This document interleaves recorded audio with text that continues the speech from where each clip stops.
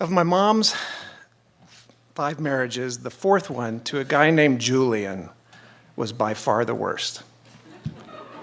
It was during this marriage that my mom for the first time started saying, "Someday I'll make this up to you."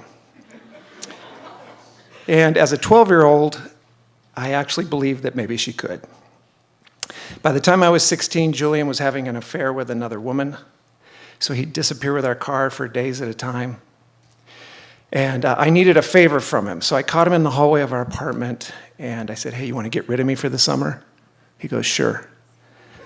And that's how I got him to pay my way to Hawaii, and I spent the summer picking pineapples. At the end of the summer, my mom picked me up at the airport. We pulled up in front of a different apartment. It wasn't too far from our old one, and I said, "Did we move over the summer?" She goes, "Didn't I tell you?" She disappears in the apartment. I follow her in. My brother's laying on the floor watching TV. I think that's where I left him at the beginning of the summer. He looks up, he says hi, and he goes back to watching his show. So I lean in to see what he's watching, and as I look at the show, I notice a picture on top of the TV, back when TVs had tops, and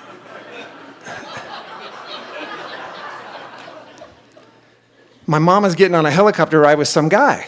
And I look at my brother and I go, "Who's this guy?" And my brother goes, "You're going to like this one." And that's how I learned Julian was gone and I was getting a new stepdad, Dave.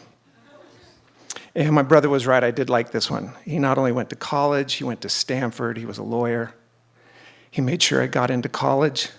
He made sure I graduated.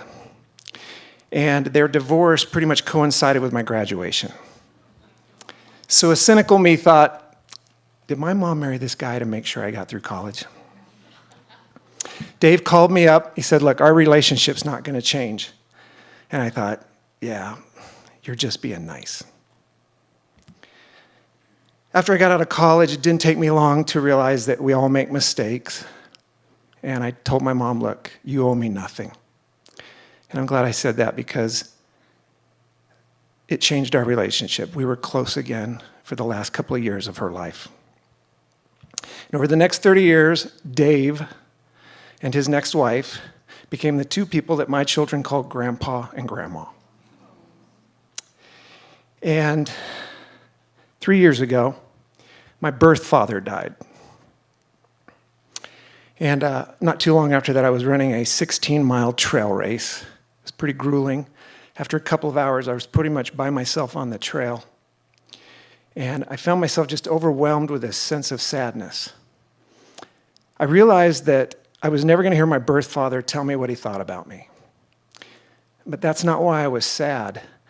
I was sad at discovering for the first time that there was a part of me that had actually been waiting for him to hear him say what he thought about me. What a waste. A year later, Dave pulls me aside and he says, "What would you think if I adopted you?" I said, "What?" He said, "Yeah, then your kids could claim to be a legacy and try to go to Stanford."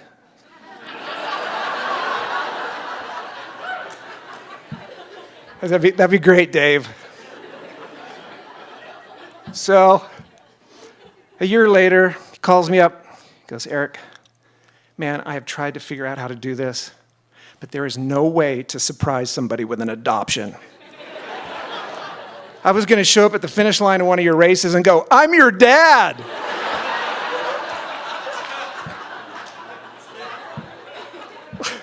I said, "Dave, I'm surprised. Trust me." He said that my oldest daughter had pulled him aside and he said, "Look, Grandpa, if something happens to you, there's no record that we're family."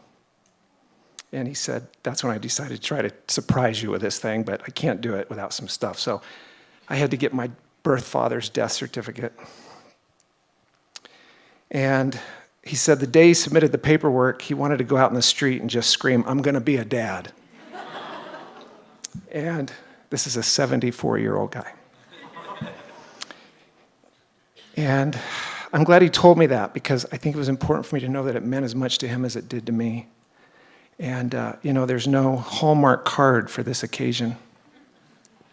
So we sent out a picture of 2 gray-haired guys. Looks like we're having a birthday party. And on the bottom it says, "It's a boy."